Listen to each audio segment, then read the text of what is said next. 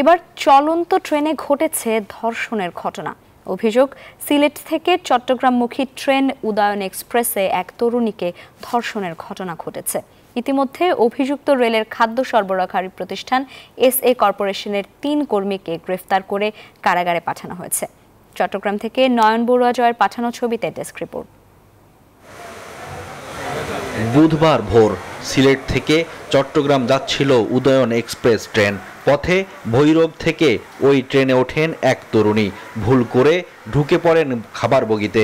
সেখানেই লালসার শিকার হন তিনি। বিশ্বমানের থার্মিক্স রড, সালাম স্টিল থার্মিক্স, দেশের একমাত্র থার্মিক্স রড।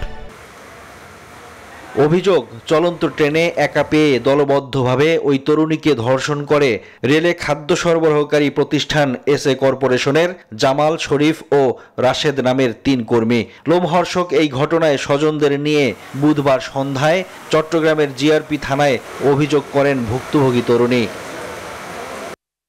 অভিযোগের ভিত্তিতে জড়িত ৩ জনকে গ্রেপ্তার করে কারাগারে পাঠানোর কথা জানিয়েছে পুলিশ। সেই সাথে ভুক্তভোগী তরুণীকে পাঠানো হয় চট্টগ্রাম মেডিকেলের ওয়ান স্টপ ক্রাইসিস সেন্টারে।